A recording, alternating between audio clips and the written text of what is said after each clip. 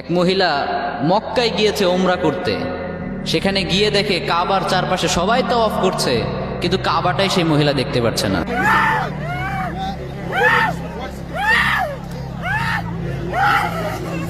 নাউজুবিল্লাহ পড়বেন না? কাবা চারপাশে সবাই তাওয়াফ করছে, কিন্তু সেই মহিলা কাবাই দেখতে পাচ্ছে না। She isn't blind but she can't see the কাবা।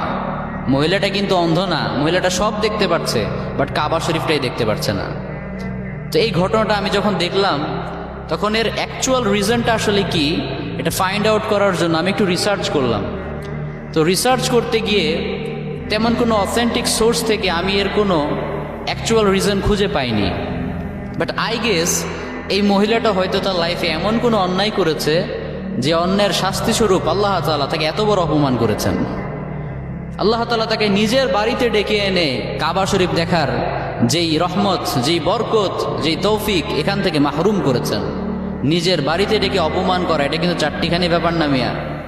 আল্লাহ হলেন রহমান, তিনি হলেন রহিম, ওই দয়ার সাগর যিনি, সেই মহান রব্বুল আলামিন একজনকে বাড়িতে ডেকে এনে অপমান করেছেন। এটা কি সহজ কোনো ব্যাপার? ছোটোখাটো কোনো ব্যাপার নয়।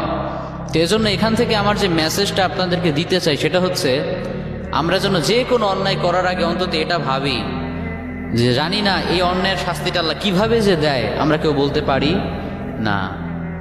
পাপ করার আগে যেন ভাবি আমি কার পাপ করছি, কার অবাধ্যতা করছি, এই পাপের শাস্তি তিনি কিভাবেই যে দিবেন আমরা কেউ জানি না। এজন্য পাপকে বর্জন করার দরকার আছে না নাই? আছে। আর লোক মুখে আরেকটা কারণ আমি দেখলাম বেশ কিছু সোর্সে, সেটা হচ্ছে যে এই মহিলাটা যখন কাবা শরীফ না দেখতে পেয়ে মাটিতে হামাগুড়ি খাচ্ছিল, চিৎকার চেঁচামেচি করছিল, তখন সেখানকার লোকাল কিছু স্কলার্স রয়েছেন, তারা তাকে জিজ্ঞাসা করলো যে আসলে তুমি কি তোমার লাইফে এমন কোনো অন্যায় করেছো যার কারণে আল্লাহ তাআলা তোমাকে শাস্তিটা দিতে পারেন? তখন সেই মহিলাটা বলল যে অনেক অন্যায় তো করেছি, কিন্তু তেমন কোনো মারাত্মক অন্যায় আমার চোখে পড়ে না। তবে হ্যাঁ, একটা অন্যায় আমি অনেক গুরুতর করে ফেলেছিলাম, সেইটা হচ্ছে কাতলুন নাফস, মানে মানুষ হত্যার পাপ। নাউজুবিল্লাহ পড়েন। এই মহিলাটার কিন্তু টাকা পয়সার অভাব নাই, যথেষ্ট টাকা পয়সা, হেলথ, ওয়েলথ, মানি আল্লাহ তাআলা যথেষ্ট তাকে দিয়েছেন, কিন্তু এরপরেও অনেকে আছে দেখবেন আরেকজনের ভালো সহ্য করতে পারে না। আছে না নাই? অনেক আছে, কিন্তু আরেকজনের যে বেশি হবে ওটা সহ্য করতে পারে না। তো এই মহিলাটাকে আল্লাহ তাআলা যথেষ্ট পরিমাণে সম্পদ দিয়েছেন, কিন্তু সে তার এক প্রতিবেশী মৃত্যুর পর সেই মৃত ব্যক্তিটার মুখের মধ্যে একটা তাবিজ ভরে দিয়েছিল, যে তাবিজটা ছিল ম্যাজিক, ব্ল্যাক ম্যাজিক, অর্থাৎ কালো জাদুর অন্তর্ভুক্ত। নাউজুবিল্লাহ পড়েন। এই কালো জাদুটা করার কারণে সেই মৃত ব্যক্তির যতগুলো ফ্যামিলি মেম্বার্স ছিল তারা স্টেপ বাই স্টেপ গ্রাজুয়ালি একে একে সবাই মারা গিয়েছে। এতগুলো মানুষ হত্যার দায় তার কাঁধের উপরে রয়েছে। হতে পারে এই অন্যায়টার কারণে আল্লাহ তাআলা তাকে এত বড় শাস্তি দিয়েছেন। কাজে এখান থেকে আরেকটা মেসেজ হচ্ছে, যারা আমরা একে অপরকে হিংসা করি, একে অন্যের ভালো সহ্য করতে পারি না, আমাদের একটু টনক নড়া দরকার এই ঘটনা থেকে।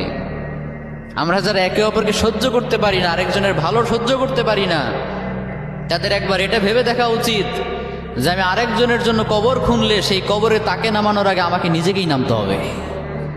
ঠিক কি না? আপনি যদি আরেকজনের জন্য কবর খোঁড়েন, সেই কবরে তাকে নামানোর আগে আপনাকেই নামতে হবে। আরেকজনকে যদি আপনি পানির মধ্যে ডুবিয়ে মারতে চান, সেই পানিতে ডুবিয়ে মারার আগে আপনাকে নিজেকেই আগে হাঁটু পানিতে নামতে হবে। আরেকজনের দিকে আপনি যদি একটা আঙ্গুল ইশারা করেন, আপনার দিকে আপনি নিজেই 3টা আঙ্গুল ইশারা করছেন। চিল্লা বলেন ঠিক কি না? যেন বি কেয়ারফুল, সাবধান থাকতে হবে। আজকে থেকে হিংসা বিদ্বেষকে আমরা নো বলে দিলাম। কি বলে দিলাম? আরো জোরে বলেন। নো বলে দিলাম। আজকে থেকে হিংসা বিদ্বেষ আমরা করব না। আর রিদা বিল কাদা, আল্লাহর সন্তুষ্টিতে, আল্লাহ ফয়সালাতে সন্তুষ্ট থাকা, এটা ঈমানের অংশ। It's a part of our ঈমান, আওয়ার ফেইথ। এটা আমাদের বিশ্বাসের অন্তর্ভুক্ত। কাজে আল্লাহ যাকে যতটুকু দিয়েছেন, কারো প্রতি কোনো হিংসা নাই, কোনো বিদ্বেষ নাই, কোনো ভেতরে জেলাসি নাই। আল্লাহ আমাকে যতটুকু দিয়েছেন সেইটা নেই, আলহামদুলিল্লাহ।